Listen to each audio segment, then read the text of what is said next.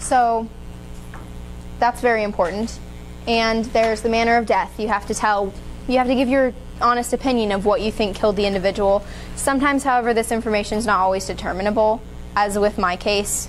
There was no damage to any of the bones because it wasn't an actual skeleton. I mean, but it was a mold of a person who had died naturally and donated their body to science. And so there's no actual cause of death there because the cause of death is natural. And so it was an undetermined manner of death. However, you compile as much information in as you can to this report. So for my case closed, I'd like to say that I'm going to be attending Collin County College in the future, and then maybe transfer to UNT, finish up. I want to get a degree in forensic anthropology. And then I want to head into medical school, and I'm going to be studying forensic anthropology and pathology along the way.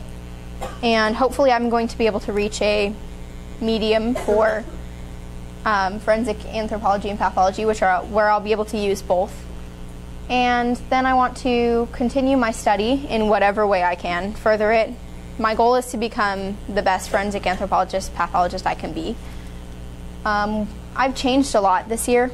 I think that I've really stepped up and taken responsibility for a lot of the things. I'm very timid, usually. I guess not timid, I can be a little abrasive at times.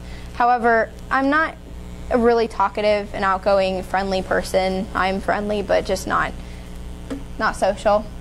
And so this has really forced me to step out there and to make connections and to develop in a business-like manner in which I can cooperate with individuals and make sure that I give them my honest opinion or work the hardest that I possibly can. And that's really benefited me.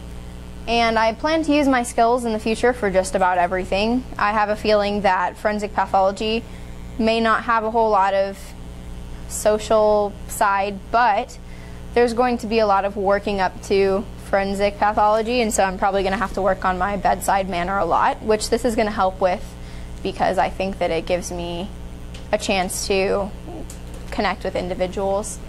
And I definitely know that I'll be using a lot of the skills that I learned to determine the age, race, sex, stature of this individual to do that in the future. And I think that that'll be a really great experience for me.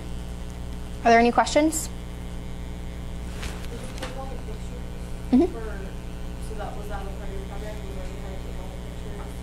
Well, I mean, I took a lot of them, but my mentor actually helped with a lot of them as well, because as it turns out, taking pictures for the skeletons is very tricky. Sometimes it does not want to cooperate, which is almost all the time. So, is that it?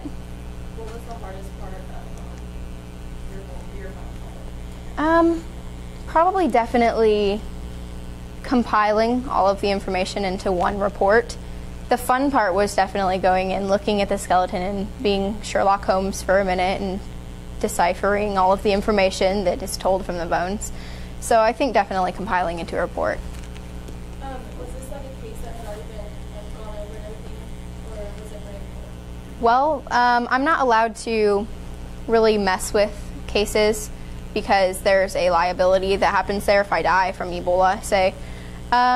So I got this case, and it's more of just a practice skeleton that they have. They have very expensive replications of bones, and so I was able to play with some real skeletons that were donated to science. However, those are a lot more fragile, and so she gave me more sturdy, hands-on bones that I could work with, and that's what this was here. It definitely wasn't any person that actually lived. I mean, it was a copy of that person, but it wasn't the actual person. Is that it? Thank you. Thanks for coming to my presentation.